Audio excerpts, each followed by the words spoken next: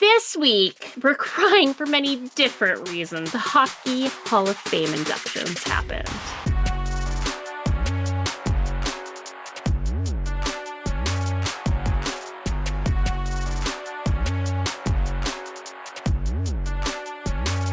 Welcome back, Mother Puckers. Welcome to the show. You are listening or watching, if you're super lucky, this episode of Pucked Up. Episode 103, which is absolutely insane. I am your host, Danger, and I am joined, as always, by my trusty, rusty crew. Just kidding. We've got the always gorgeous, my sister from another mister, my bestie for the resty, Miss D.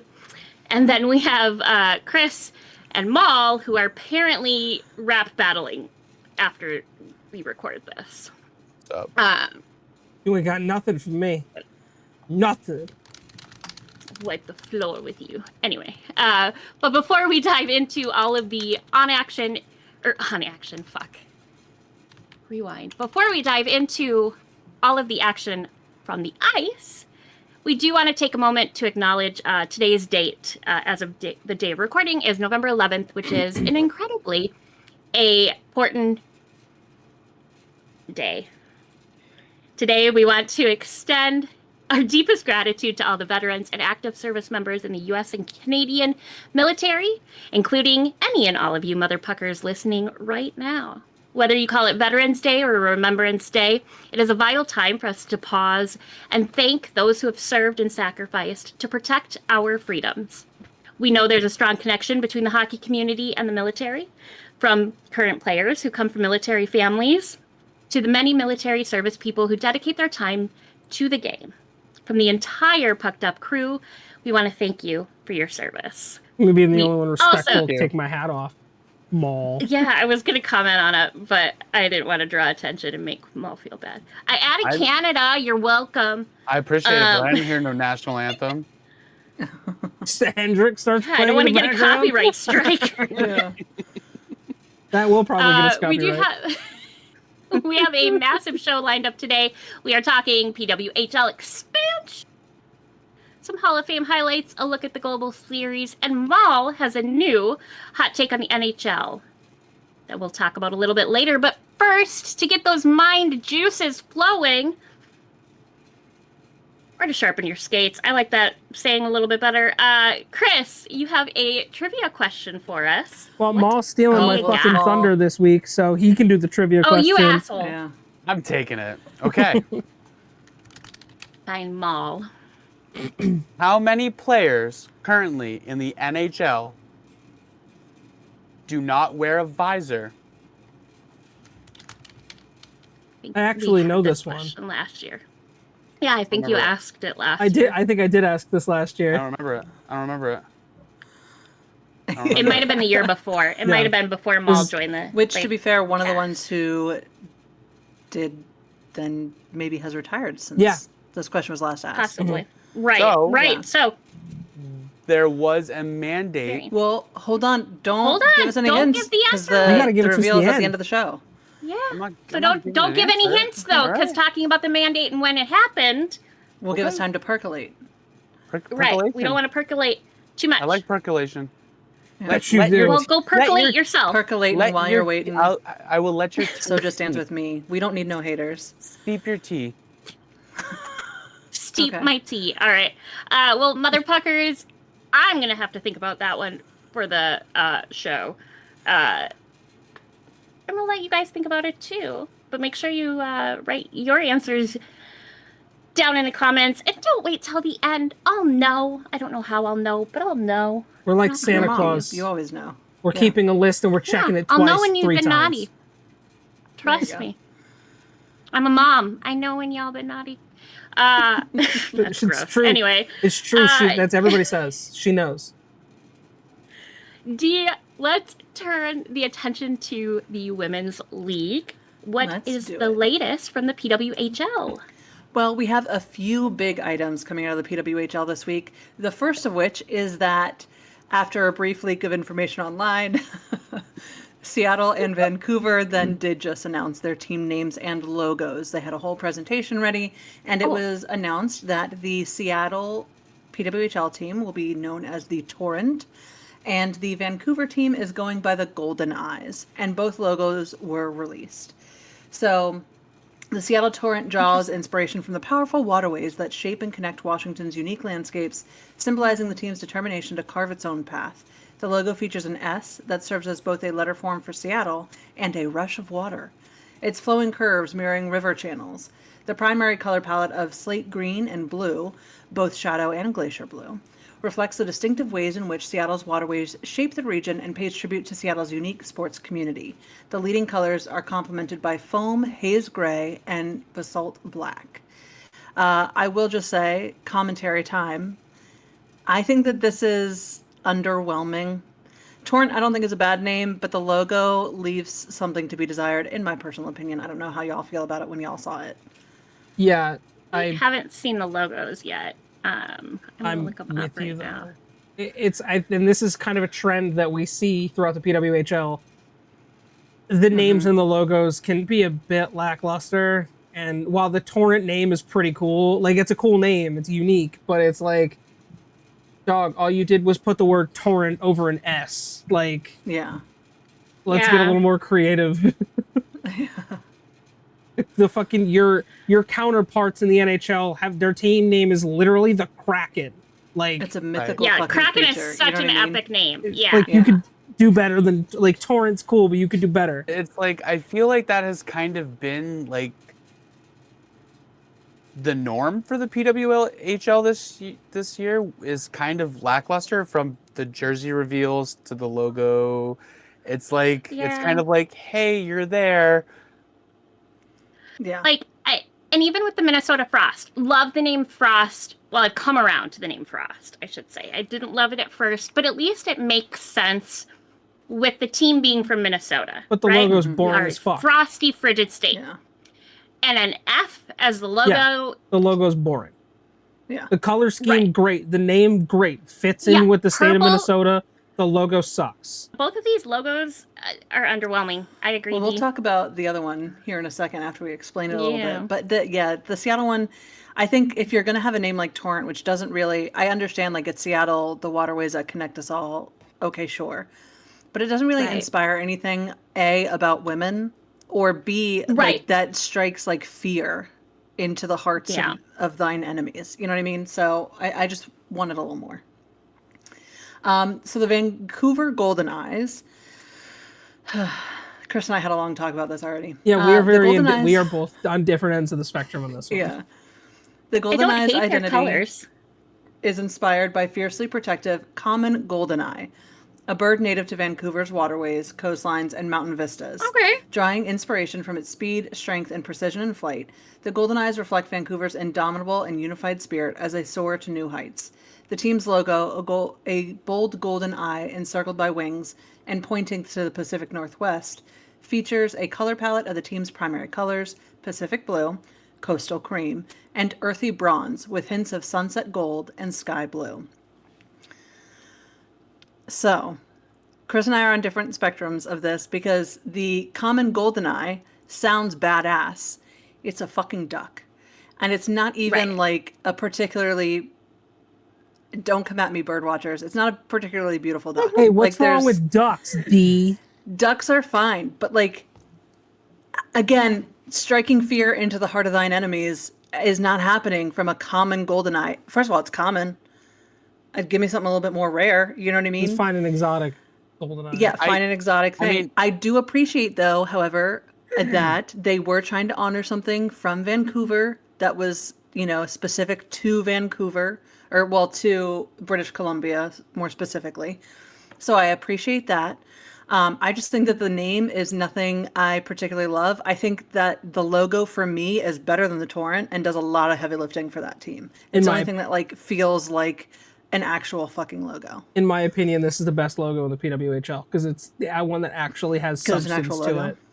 It's not just a letter or, like, a weird circle. Victoire is kind of cool. Like, I like that one. The Victoire is a good one. That one's my favorite. The New York Sirens is a good one, but there are only, like, a couple that are actually like, it feels like they put effort into it. And GoldenEye, well, yes, the name is a duck, and I'm partial to ducks, so could imagine But I why. would just rather you called it a duck. And but at least the ducks went with like a really fierce ass duck. Like, well, this was Disney's design. Is it a gray duck? yeah, well, I don't know what Wild Wing is. But I think this is, I think the name choices, again, we've gone back and forth on this for a while, that it's been very, yeah, but at least this logo is cool, you know. Yeah. Cool. I just I've seen new Twitch streamers that have cooler logos. I hate to say it, and they get the same copy and paste 3 palette color shit that everyone else gets. Like, we'll add it to the list. You know, my favorite of the PWHL logos is, I love the Boston Fleece logo. I just think it looks cool. I dig it. It's very Boston-y, you know. But I'm kind of with you, D, on like, it's a duck. I mean, if you wanted to choose something that was gonna strike fear into the eyes of the enemy, I would do a Canadian geese or goose. That would do it. You know, Canada Canadian Gooses, geese are baby. in fact terrifying. Those are They terrifying. are vicious, man. Yeah. You could have done any other animal, but you went with a duck. No offense, Chris. Yeah, because watch the your Mighty fucking Ducks are mouth, cool. ball. But Look, the Mighty Ducks at least are have cool. it in their title. But Right. they haven't been mighty in like Right. almost 20 years.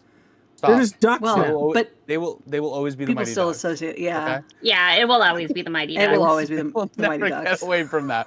I just think the logo, to me, like looking at it, because this is the first time that I've saw the torrent one when it was released. This is the first time that I've sat and looked at the GoldenEye logo.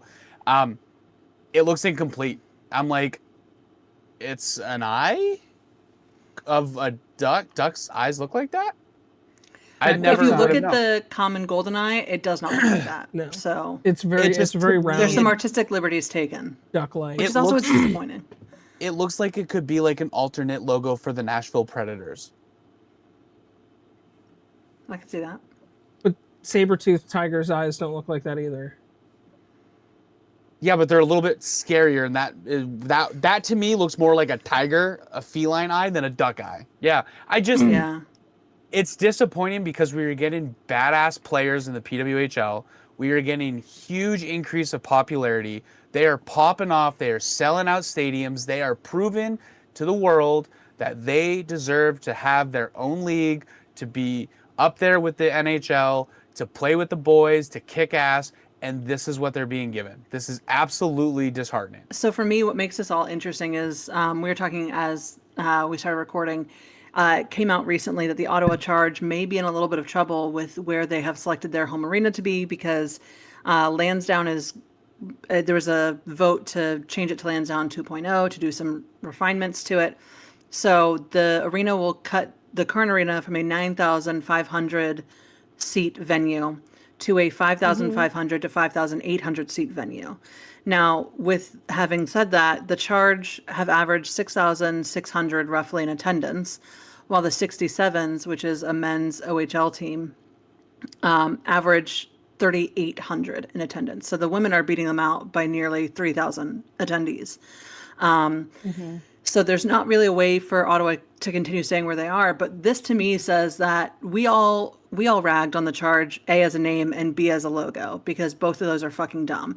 But the reality of it is that women are so happy to have women's hockey, and people in general, because it's not just women that are going to these games, but people in general are so happy to have women's hockey that they're showing up for these teams, despite having a whack-ass logo and a name that lacks any sort of inspiration. Yeah. So we can shit on it all we like. We can ask for them to develop new logos. We can do all of that. But it is here to stay. And I don't think that it's having a negative impact. It's just not exactly what we, as people who have been fans of the NHL for 30 plus years, are expecting out of a team, ultimately. The Takeover Tour is back for its second season, and this year they are expanding. There are 16 neutral site games this year. There are 8 games, I believe, in the US, and then the other are all throughout Canada. So it's 8 and 8. And DoorDash has been named the official partner for the Canadian leg of the Takeover Tour. So let's hold out and see if maybe someone will sponsor the US leg, which would be very, very nice. Maybe That DoorDash. would I be would enjoy nice. that a lot. Hey, I personally finance a lot of things through DoorDash now that I have a full-time job again. Right? When I have the extra money. It's a really nice way, and there's a lot of good restaurants real close to my work. What we're So saying is thank you, DoorDash, sponsor us. True. Yes, Also that. please. I will take it. Yeah, just as a reminder, last season's tour drew in a total of 123,601 fans during its Nice. 9 games. Okay, so they're doing almost half the amount of games or double the amount of games they did last year. So we should expect to see potentially close to 250,000 people attend this Which would year's be Takeover crazy. Tour, which would be And insane. awesome. Absolutely insane. And awesome. Now, I am very excited because the Takeover Tour is coming to Capital One Arena. The Caps have already announced that they're going to like really try and do something for the ladies. So I'm hoping Yeah. that we'll get to see a little bit of Ovechkin PWHL action here That would be awesome. this season, maybe. Wouldn't that be We'll sick? see. Yeah. It would be very sick. So if you would like to see if the tour is coming near you, please go to thepwhl.com and check the tour dates. Like I said, they are taking place between now and April. So there are plenty of states that it's coming through. And even if not, maybe now's the time to book a vacation. I don't know. Think about it. Anyway, that's all we have out of the PWHL this week. Awesome. Well, thank you, Dee. And I hope, the PWHL has been doing a lot for the growth of the sport, global commitment to the growth of the sport. And, I just hope that they continue the forward trajectory. I can't say that word right. It's as bad as It's a some of tough these word. names. I'm missing a lot of teeth, guys. I got bad genetics. Makes it hard to say some words. Well, on to our next segment. Thank you again, Dee. That was a lovely update. But Maul next has a few highlights from the Hockey Hall of Fame induction ceremony. I'm so excited to butcher some of these names. I'm really looking forward to this. But Monday night at the game in Toronto, 8 members of the Hockey Hall of Fame class of 2025 were inducted. We have Sindeo Chara, Duncan Keith, Jennifer Botterill, Brianna Decker, Alexander, and Joe Thornton. I'm not saying Alexander's last Alexander name. McGillney. If you know, you know. Okay. We don't butcher Zdeno Chara's first name. How the fuck did you Fucking fuck up Zendaya. Why not? Zendeo. Zendaya? Sure. It's not It's even beautiful. not even close, Don't- bro. That's Don't not who you're ever talking at me about. for Also, my the accent. baby hands. I just noticed danger. Yeah. The fucking baby He's been using them hands. all stream. Fantastic. Oh my god. Anyway, Alexander was the only one This who is was for you, not Chris. able to attend. Do we know why he couldn't attend Mall? No, Oh, not a bummer. friggin' clue. I don't know. He had, Uh, had some issues with Way travel. to research your topics, Oh. Mo. Yeah, Thanks. McGillney I'm McGillney totally wanted to be there. He kidding. had some issues with travel though. I'm Yeah, totally I think giving you I'm pretty sure. It was kind of cool to see. This is All for the you. players on both teams had special Hall of Fame patches on their jersey, which was kind of cool. Chris and I watched the game and got to talk about it a little bit. It's cool to get to see people recognized in the Hockey Hall of Fame because not everyone there were players. And we got our first PWHL person in the Hockey Hall of Fame, Which is awesome. which is Yeah. fantastic. That's exciting. I mean, it's the Um, third season. Yeah, that's impressive. Right. Well, but that's a Very. huge thing, you know. So in Chara's speech, he thanked Lindstrom for being there. He said he was very lucky that growing up, he was able to watch Michael Jordan in the '90s and Lance Armstrong's in the 2000s, and that inspired him to become the great hockey player that he was. But when it came to the hockey player that truly inspired him, even though I knew I was completely different, it was Nick Lindstrom. I've always tried to implement some of his skills into my game, so thank you so much for being there. He also singled out some of his Boston Bruins teammates who he won the Stanley Cup with in 2011. We had a tight-knit group during the Stanley Cup year, and many around it, a bunch of players who didn't want to disappoint each other. We sacrificed our bodies. Everyone knew their role. We stuck up for each other and refused to let the guy next to you down. Very powerful speech from Chara. I loved Boston when Chara was there. I think that is forever going to be one of the dynasties of Boston Bruins hockey. So it was cool to see him get honored. Also, he is fucking tall. At 6'9", he towered over every single person he stood next to. It was absolutely wild to see him there. He stood out. Next, we have Duncan Keith, who said, "You can't chase this dream alone." I'm going to sound like an old man here, but to every kid out there, work hard, stay humble, and remember, if there is a will, there is a way. My dad used to tell me, play with the fire in your eyes, and my mom used to say to me before games, keep the eyes in the back of your head. So thank you to my parents, to my brother Cam, my sister Rebecca, for always being there for me and looking after Colton when I couldn't. To my son Colton, thank you for making me fall in love with the great game all over again. I love the fans for letting me live my dream. From a once belonging to a skinny kid in Fort Francis, Ontario, hockey has given me more than I've ever imagined. But the greatest wasn't the wins or the banners, it was the people, the teammates who became brothers, the coaches who believed in me, trainers who kept us healthy, family who stood behind me through the ups and downs, because that's what this game gives you. People you go to battle with, people you become family with. That is why hockey will always be the ultimate game. You can't chase dreams alone. You don't lift a cup or wear a gold medal on your own. You lift it with everyone else that's lifted it with you. That is one of the most powerful things that someone could ever say, because it is humble, it is from his heart, and that speaks to why this man was inducted into the Hall of Fame. Mm-hmm. Yeah. Because it shows the sacrifices on and off the ice. It shows that you take away time from your family, from your kids, from everyone around you that you love when you're traveling 80-something games a year. That to me was the hardest speech to watch, because that man spoke from his heart in a way that I've never seen anyone else stand. It's beautiful. Well, and to acknowledge in such a poignant and meaningful way that it's not an individual sport. Like, this is all about being a teammate to everybody else on the ice. And other players might be better than you. They might get more goals than you. They might be, bigger, stronger, faster, whatever. But it's about what you create when you all come together on the ice. Absolutely. And everybody being able to do their own jobs individually and come out with this great product. So whoo, that was powerful. And then it doesn't just stop there. You have Jennifer Botterill. I can't cry more. Okay. Her thing was, why not you? She grew up in Winnipeg and had the dream to one day represent Canada at the Olympics in hockey. The dream began when she would visit her grandmother's house and see pictures of her mother, Doreen, on the wall representing Canada in speed skating at the Olympics in 1964 and 1968. You show me that this is possible, and I show you that I could dream big at a young age, she said. I couldn't imagine you at the Olympics representing our country. One day at lunch, with her father, Cal, when she was 15 years old, it would forever change her perspective when she was asked what her ultimate dream was. I told him that I would play hockey for Canada one day at the Olympics, but I told him that I wasn't sure it was possible. So he looked across the table and said, why not you?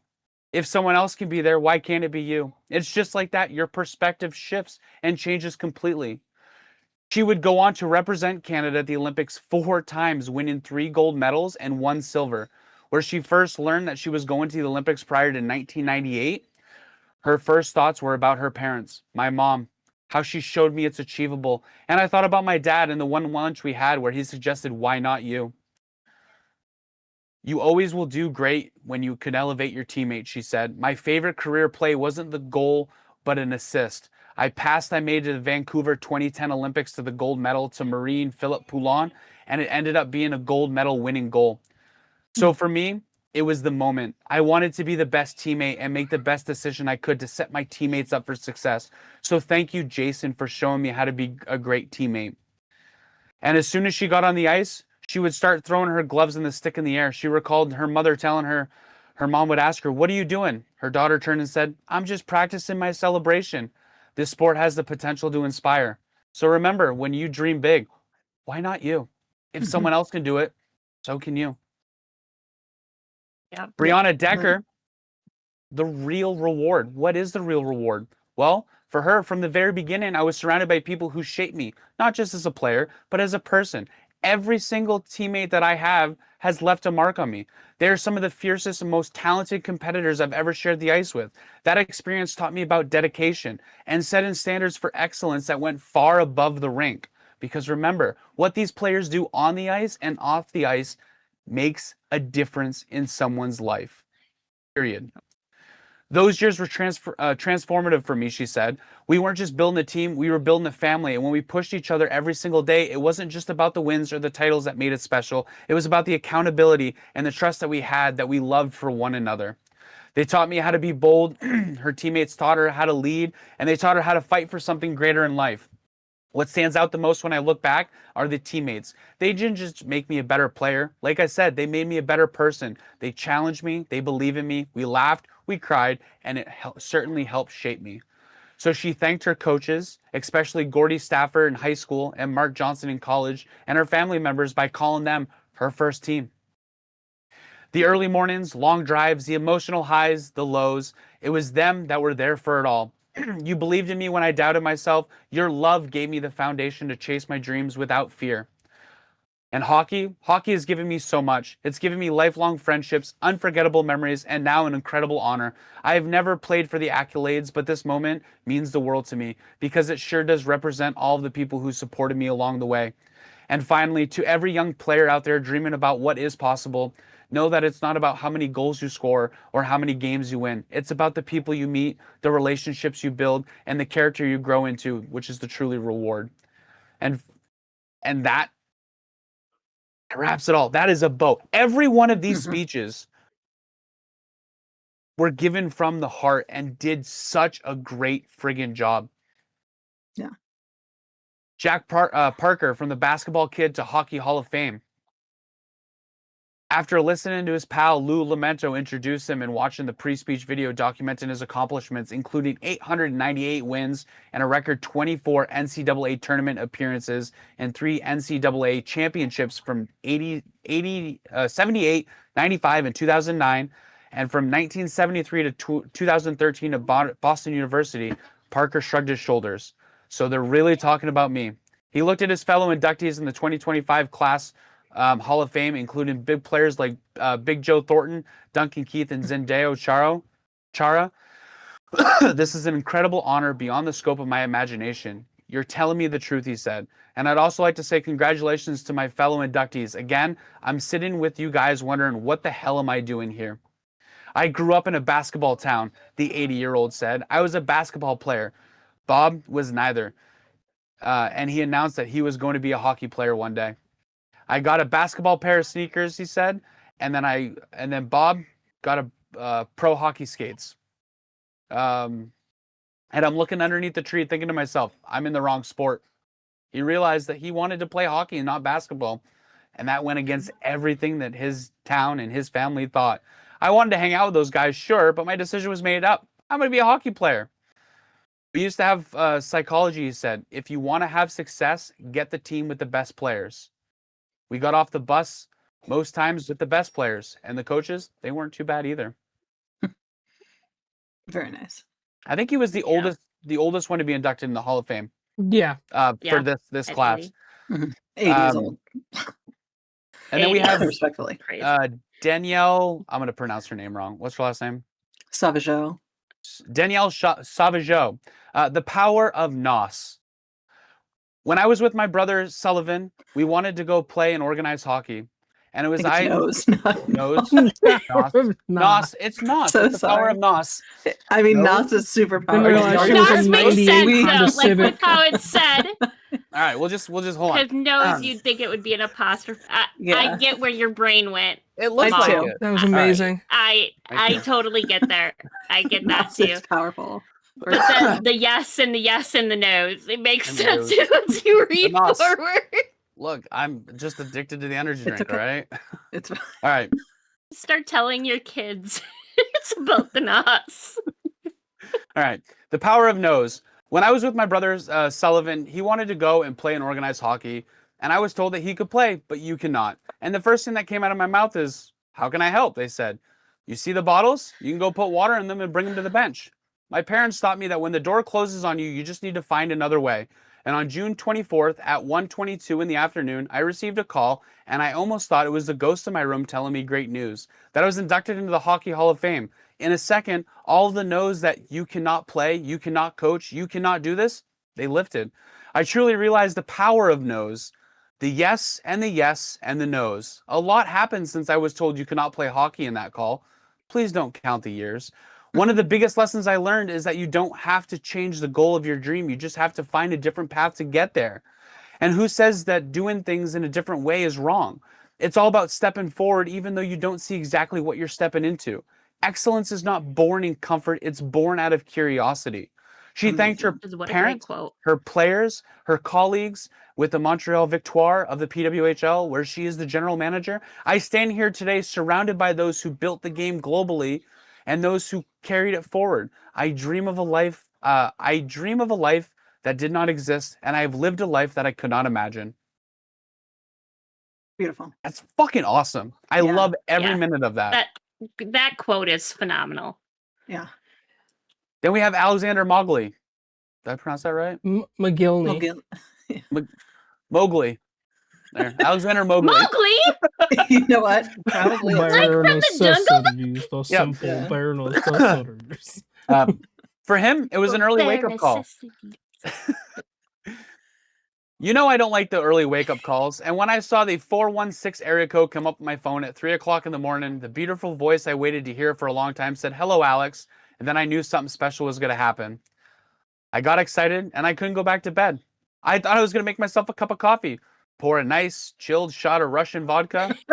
Take a guess what I did. You're exactly right. Coffee. It wasn't an option for me at the moment. It doesn't matter whether you cheer for me or against me. You push me to become better. This sport is nothing without its community. Hockey gave me everything, and the greatest thing about it, its ability to unite people, countries, different lifestyles, all life stories. My greatest hope is that the story might inspire another kid from a small Russian town to dream big. Those were the years that forged me as a man and a player, he said. His Coach pursuit of Stakhanov. perfection. What? Coach Stakhanov. Yeah, Coach Stakhanov was relentless in his pursuit of perfection. He set his standards, and I would chase them throughout my career. I literally molded by the giants of the game. Wonderful. The last one. This one's hard, man. Big Joe Thornton. Somebody It's agree. time to party. Let me tell you, we rocked so hard that night, I didn't think we'd be invited back, but here I am, and this time, I stay forever. He said that there was one season for him growing up in the hockey seasons where he pretended to be Gordie Howe, Bobby Orr, Wayne Gretzky, Johnny Bauer, and Mario Lemieux. He wanted to be Pat LaFontaine, Cam Neely, Eric Lindos, and Steve Yzerman, and so many more. I want to thank all of the greats for setting the bar and creating the dream inside of me. At a young age, I instantly fell in love with the game of hockey. It taught me the importance of brotherhood. It taught me the importance of friendship. Everyone was so kind to me. They golfed with me. They had lunch with me. They taught me to be a man. Wayne Cashman, we still talk weekly. It's always a highlight of my week. I love you. But there's no one bigger during my time with the Bruins than Johnny Buzik. Buzik? I was close. Buzik. As a kid, 18-year-olds, the Chief really took me under his wing and helped me through my first years as a player. He said we had a few hard hours, and then he was traded to the San Jose. But then it hit me. I'm 26. I'm in my prime of my career. Let's go west and let's go west and let go, he said. Everything just clicked, and it was easy for him to go to the rink. I felt dominant. He said it was an honor to play for Canada, and he shared the anecdote about winning the gold medal at the 2010 Vancouver Olympics. I remember leaving the arena. I looked up to my left, and I saw a naked woman on the back of a motorcycle waving a Canadian flag. I looked at my pregnant wife, and I said, I am so proud to be a Canadian. That is the most Joe Thornton quote. I'm sorry. Thornton broke down as he talked to his wife, Tabitha, and their children. Thanks for rolling with me, T. He said, I enjoy every day. I laugh, I smile, I think, I cry, all because of you. Finally, calling the honor of a lifetime, he turned to the host, James Doolith. Now, James, bring on the bagpipes, he said. It's time to party. Thank you, everyone, and I love you. God, you're just not even. It's Doothy, not Doolith. Also, poor It's Eric Doolith now. Lindros, who just became Lindis. It's Lindis now. You know what? God. He does worse than I do. He does I'm fine do with worse it. than Danger now. I don't give a shit. They can kiss my ass. It's so bad. Have better names that are I'm easier okay to with pronounce. this. Or learn how to fucking read. I'm Shut the up. pro nowadays. Hey, you fuck up too. The Anyway, dyslexic I one just does want to say better. congratulations And I own to it. all of the NHL 2025 Hall of Fame inductees. Your speeches were powerful. They were funny. They had us in tears. They moved us and they inspired us. Please don't forget why you love the game, and we can't wait to see who gets inducted in next year. Danger, back to you. Oh, well, thank you. That was a lot. There were was a lot. tears. There were There laughs. were a lot of tears, yeah, actually. Those were beautiful speeches that everybody said, and a great way to honor the sport of hockey and how it's changed their lives, as well as so many others. I mean, we're mere fans, but it's definitely meant a lot to all of us. So, Mal, thank you for the great summary. Now, D, I'm heading back to you because Yes. we are starting to see some interesting moves from the NHL regarding infrastructure. Yeah, so we've stuffs. talked in the past about how the NHL can expand, and we've started seeing more global games happening. As we're going to talk about later, the Fastenal series that's coming up. We've done obviously the oh my god, I almost called it Four Corners. That's not what it was. Four Nations Face Off. Four Nations. Four Corners is close enough. Four Corners Hey, is I wild. remember playing Four Corners. Or Yeah, King's Corner. I just But it am was itching the- for childhood, I guess. I have no idea. Oh, no. Anyway, so with that, in an effort to expand the NHL beyond just the US and Canada, they have opened a new office in Zurich, Switzerland. It officially did open its doors technically in August 2025, but they're now just making an announcement about it. So welcome everybody. The Maybe NHL it Deputy took that long Commissioner. for the building to get built. Sorry. Yeah, true. The NHL Deputy Commissioner Bill Daly said, "We are at a pivotal moment in our global journey. Establishing our corporate presence in Europe marks a critical step forward, allowing us to deepen our connection with international fans and partners alike. By investing in a new office, we're positioning ourselves to further and better grow the game of hockey outside of North America." Because this is like their first ever thing, they are like boots on the ground over there. They have brought in a bunch of team members to help out on that side of things.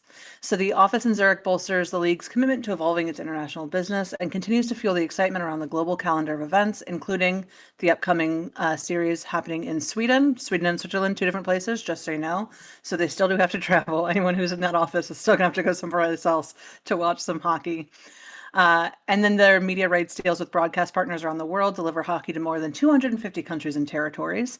And this season marks the DAZN, or DAZNs, don't know how you say it, debut as the home of NHL.tv in 200 countries and territories, excluding the US and Canada because of, reasons. And it has strengthened their international broadcast presence. So this is exciting news. We cannot wait to see where they open it up in Europe next. Hopefully it goes well and they get enough attention to really start branching out globally in Europe for now. Thank you. It's pronounced DAZN. Well, by and the that. way. What? It's What? pronounced DAZN, by the way. DAZN? Yeah. makes It's stupid, sense. but that's DiGiorno. Whatever. However, that does kind of tie perfectly into the next topic, which Chris is going to cover, which is the NHL Global Series is on the horizon here. Where are they headed? Oh, dear Lord. Oh, Well, Fuck the nice Penguins. costume change. Dramatic as ever. it's very Penguins. well, you can get mad or you can get me a wild hat, and then I'll wear a wild hat on stream. Fucking tried. Okay, I had one. And then I packed it. Well, Anyway. I'll get you another one. As Dee mentioned, part of the global series, we will be moving to beautiful Stockholm, Sweden, where the Pittsburgh Penguins will take on the Nashville Predators in Avicii Arena, which, as someone who is a fan of the late DJ Avicii, I almost wore my Avicii t-shirt today, unironically. But that will take place November 14th and 16th. This is the 15th NHL season to include games outdoors outside of North America, which is incredible. Also, I think it's important that the league does go back to Sweden, considering there is a large contingency of Swedish players in the NHL. But if you are one of the few at this point who are lucky enough to carry the NHL Network, those games will be Friday, November 14th, 8 p.m., and Sunday, November 16th at 3 p.m. Obviously, check your local international listings for that. But no, super excited to see. That'll probably be a really good matchup, and I think it's, like I said, I think it is important for us to have some sort of footprint as the NHL in this country of Sweden, because so many greats are from, Sweden has some of the best players right now. So I am looking forward to that though, for sure. That they do. Well, fantastic. Lots of exciting things happening here in the world of hockey. Breaking news. Same colors, better team. Orange and yellow were very different colors. I'm colorblind, remember? So like the bill of your hat looks very yellow. Does it? To me, not orange. Yeah. It kind of does with your lighting. It looks identical to the Pittsburgh hat to me. But I'm colorblind. It's fine. Now, Maul, I do believe it's time for your offside opinion, where you like to stir the pot and get us all a little riled up. Week. What's on your mind this week? I don't think I'm going to stir the pot this week. I think I'm going to give you guys a break. Ooh, okay. That's nice. Well, damn time. I'll give you guys a little break, especially after the last week. How much I've talked with the friggin' Hockey Hall of Fame. So this one is going to be a short, sweet one, all right? Fair. So the NHL has a problem with viewership. We know this. We've talked about it season after season. Viewership is going down. They need a younger demographic to start watching, to grow the sport. What is one incentive or initiative that they can do to start to capture that younger audience?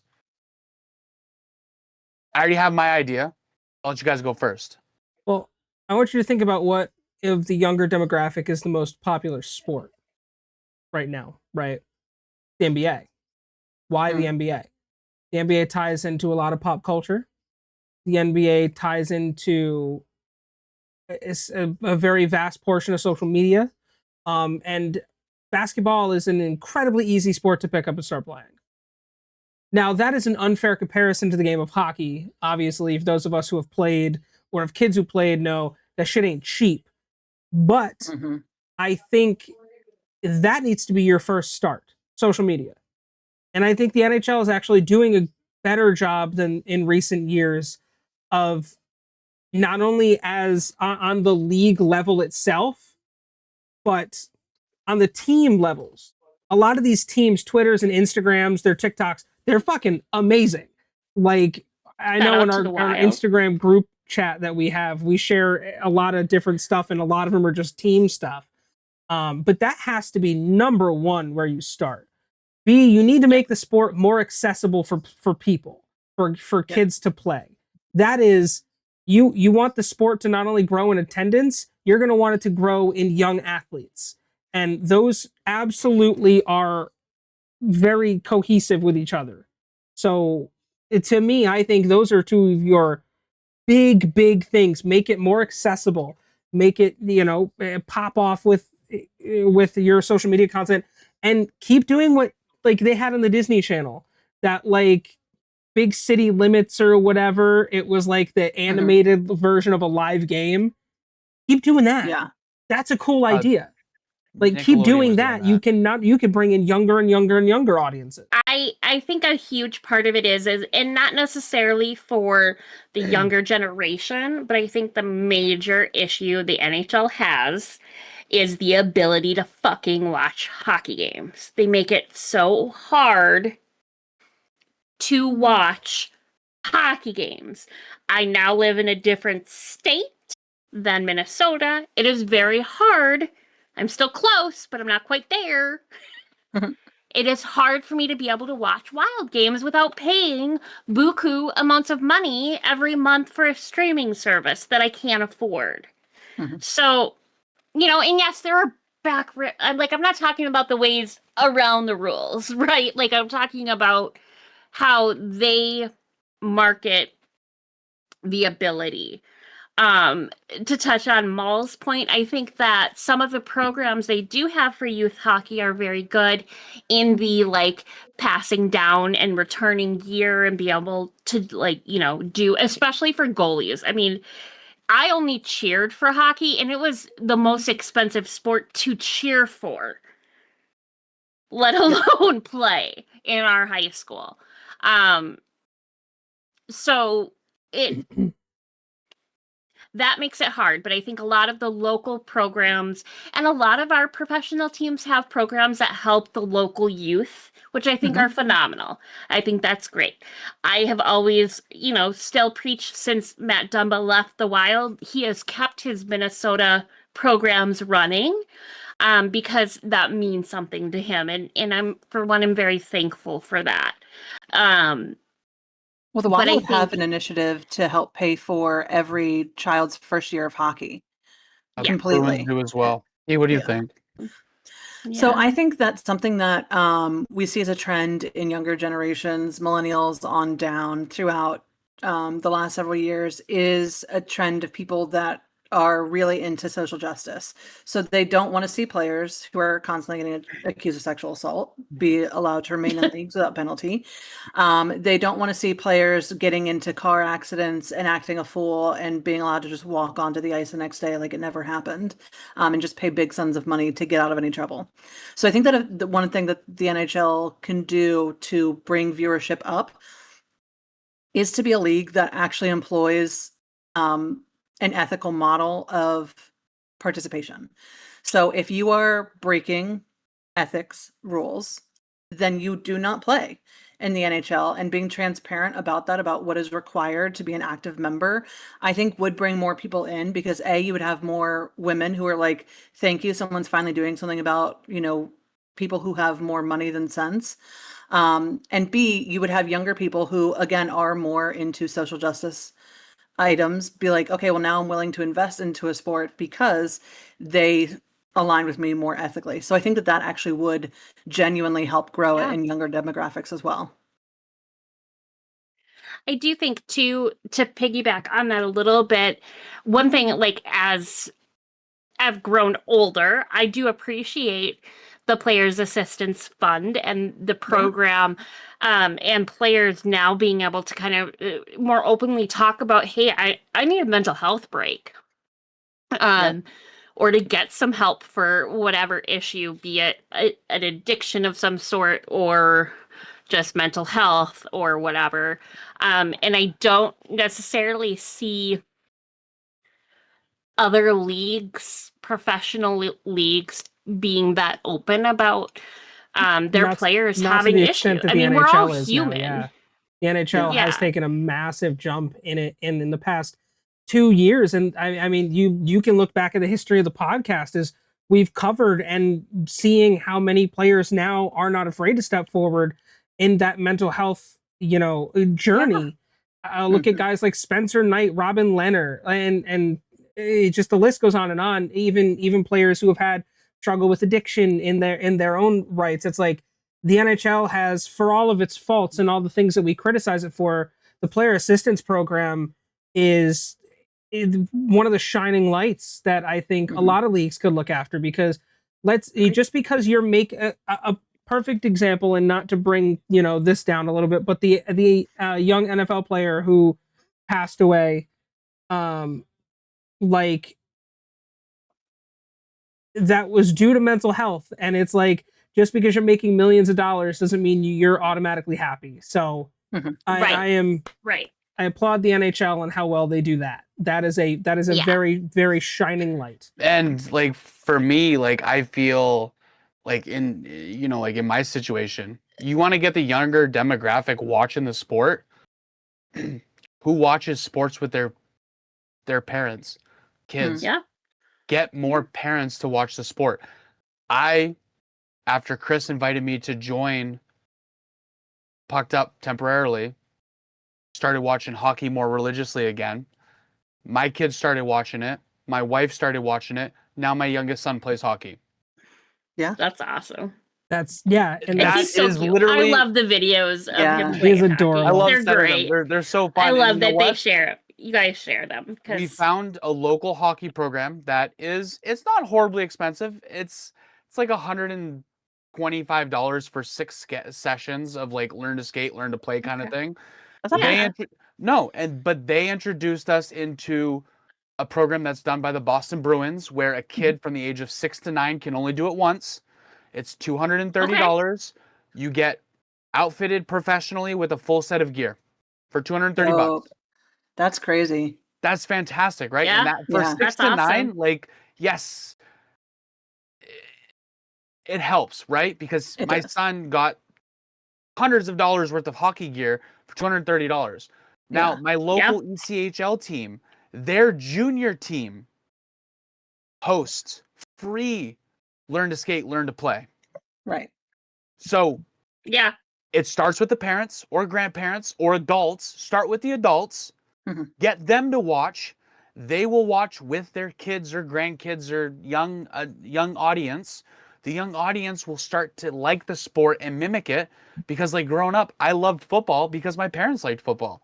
I Right. watched football Mhm. because my parents watched football. Now I could give two shits about football because I'm an adult and realize that I don't like the sport.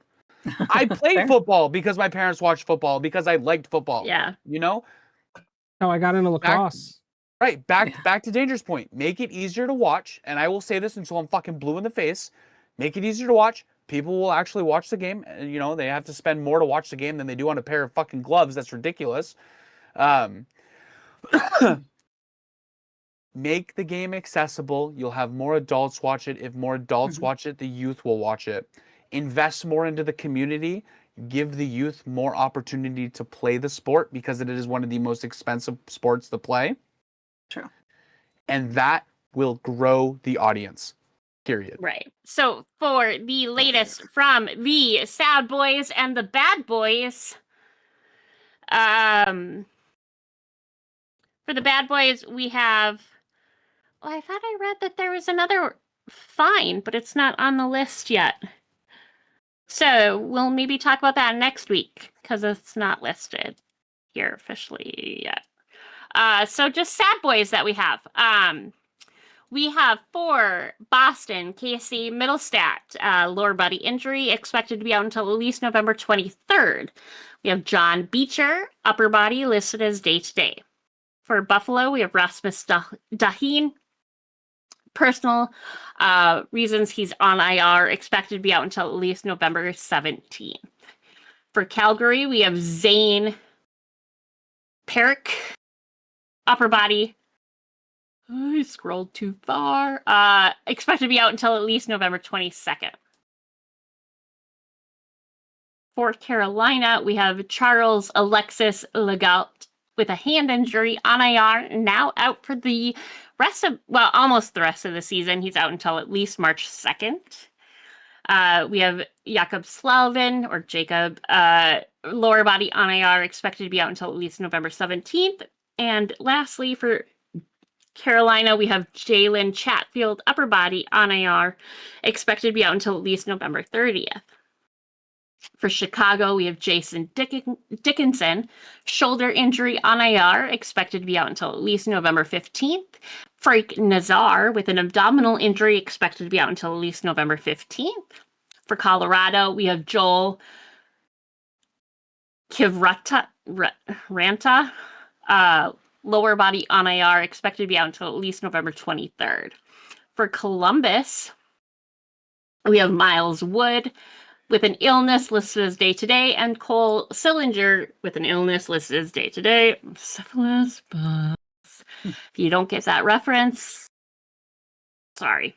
For Dallas, we have Jamie Benn with upper body injury on IR, expected to be out until at least November 13th, and Niles Lundqvist, lower body on IR, expected to be out until at least November 25th. For Edmonton, we have Zach Hyman with a wrist injury on IR, expected to be out until at least November 13th.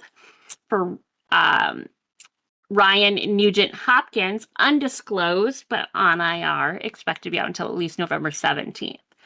For Florida, we have Jonah Godoyevich, upper body, expected to be out until at least February.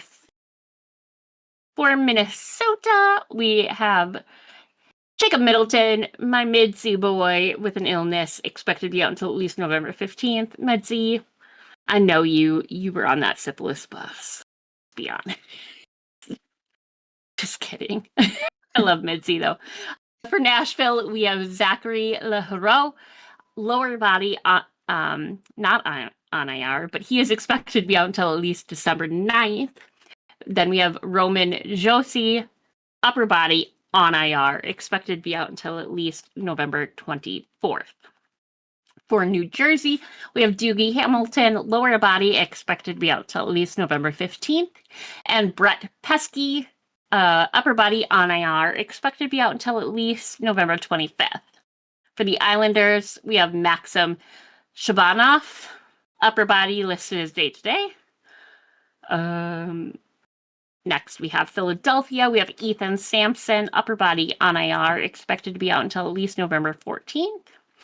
For Pittsburgh, we have Tristan Jarry, lower body on IR, expected to be out until at least November 26th.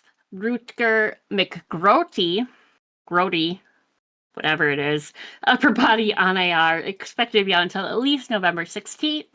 Joel Blomqvist, lower body on IR, expected to be out until at least December 7th. Lastly, for Pittsburgh, Philip Hollander with a leg injury on IR, expected to be out until at least February 26th. For San Jose, we have Michael Misa, lower body on IR, expected to be out until at least November 13th. For St. Louis, we have Matthew Joseph, lower body, expected to be out until at least November 14th. For Tampa Bay, we have Ryan McDonough, undisclosed on IR, expected to be out until at least November 18th. Dominic James, undisclosed on IR, expected to be out until at least November 18th. And then we have Victor Hedman and Pontus Holmberg, both undisclosed, listed as day-to-day.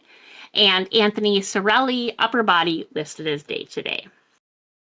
For Toronto, we have Sean Dursey, shoulder injury on IR, expected to be out until at least November 20th. Terrell Goldsmith, undisclosed on IR, expected to be out until at least November 29th. For Vancouver, we have Victor Mancini, whatever it is, upper body on IR, expected to be out until at least November 17th. And Philip Cheadle, upper body on IR. I have to do it it's like a tick at this point in my life. Same with Brodeen. I have to go Brodeen. Anyway, Cheadle is out with an upper body injury on IR, expected to be out until at least November 23rd. For Las Vegas, we have William Carlson, lower body, listed as day-to-day. And lastly, we have Winnipeg, Gustav Nyquist, undisclosed on IR, expected to be out until at least November 15th. And Cole Kopke, undisclosed, expected to be out until at least November 13th. And that's it for that. And my eyelashes are abandoning the ship at this point in the show. They're just like, fuck you, we're done.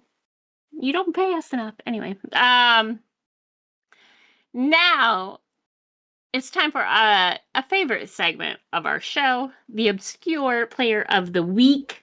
Chris, who is coming out of the history books for us tonight? It always is. And for our obscure NHL player of the week. There we go. It's weird. I can't do it now because it fucks up everyone's cameras. So D is in charge of that. So we have a player today by the name of Jay Henderson, born September 17th, 1978 in Edmonton, Alberta, Canada. This man was 246th overall in the 1997 NHL draft, selected by the Boston Bruins, making him, everybody, Mr. Irrelevant. He was the final pick in the NHL draft, although for the first time, this man has seen NHL action. Woo! He spent 33 games between 3 separate seasons with the Boston Bruins. In those 33 games, he played 1 goal, 3 assists, and 37 penalty minutes.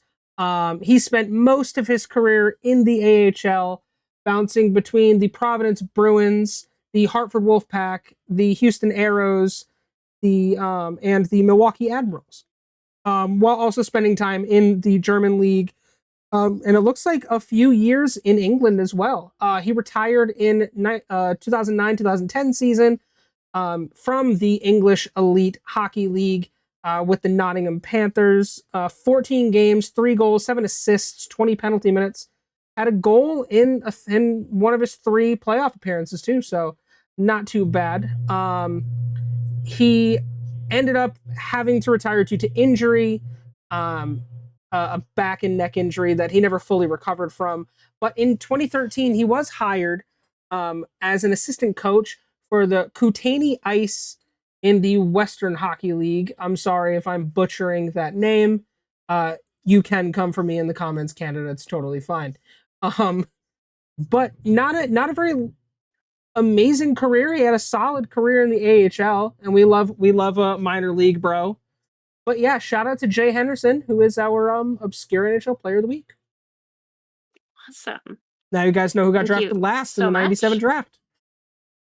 Woohoo! That'll be so I helpful. remember 1997. That I was breaks my 5 years heart. old. Okay. So as obscure as that was for the majority of you guys, I'm sure, before we wrap up the main show, let's answer that trivia question that Maul had for us at the top of the hour. Can you remind us of the question, please? All right. So, as of right now, how many players in the NHL are still playing without a visor? Who wants to go first? I feel like Chris knows it. I do, actually. If I You remember Googled it. correctly, I'm pretty sure I know it, though. I'll give you bonus points if you can name the players, too. I'm pretty sure I could do that, too. I know at least one of them. Yeah. Okay. I know at least 2 of them, I should say. I know one of them that's no longer on the list. I'm going to go with 3. Okay. I think it's 4. And I can name 2. I think. Do you want me to name them? How many I know is who it? just retired. It's 4. Zdeno Chara used to It's wear 4. just a visor, and Yeah. he is gone. It is in fact 4. Ryan Okay, Reeves. I thought it was 4 last year. Before Chris names all 4, can I say the 2 that I think it is? Well, you should definitely know one. Yeah, one plays for the Wild. It's Bogo. Zach Bogosian. Yes. And I'm pretty sure Ryan O'Reilly still doesn't have a visor. Correct. The other 2 would be Ryan Reeves and Jamie Benn. Fucking Reeves! God damn it! I knew there was another former Wild player on there. The one that I forgot was Bogosian, and I was gonna say Pat Maroon, but I remember Reeves? Pat Maroon got drafted the year after that got into. But Maroon retired Bogosian, last year. yeah, Bogosian was the other one for a second. I was like, wait, but yeah, it's 4 because we did this last year. Yeah. Yeah, So but stuff it's like 4, this I right? always find interesting because when they make rule changes, they grandfather players that are already in the NHL in. So this was made officially a rule in the 2013-2014 season that all players not only had to wear a helmet but also had to wear a visor. These are the only 4 players left pre that rule who choose to not wear a visor. Yeah. I always think it's interesting that they grandfather players in because to me, Should you grandfather safety? Well, so it's the same situation that they ran into with who here actually helmets. remembers like physically being at NHL games before the helmets were a rule? I think I was alive when that was before that was a rule. Didn't that come in like my little baby 89, hand? 88? Do you see And then the baby hand? Players were in grandfathered in. I do. I remember going to all-star games in Minnesota where a lot of them didn't wear helmets, but I remember before it was officially a rule. So I want to say thanks, Chris, for letting me steal your thunder on this one. I Good saw one. it, thought it was Great kind of question, fun, and figured that I Yeah. would toss my hat in and contribute to the trivia. I think it helped that we did this one great last year. question. We were all kind of on it's the same one page. well, but it's one that changes every year, and Because somebody those players who's are on the retiring. list Yeah. next year could decide to wear a visor. Yeah, because and the no players longer that be on the players that list. were that were grandfathered in have been playing for a good amount of time now. Yeah. So yep. Well, unless anybody has anything else to add, Nope. Bueller. Okay. My bladder That hurts. is it for our main show. Thank you so much to D, Chris, and Maul for another great week of Puck Talk. To all of our mother puckers out there, thank you so much for listening. We will be back on our social medias. If you're not following us, you should be, because we do some shorts content throughout the week as well. But for now, from all of us here at Pucked Up, we will see you next time in the Face-Off Circle.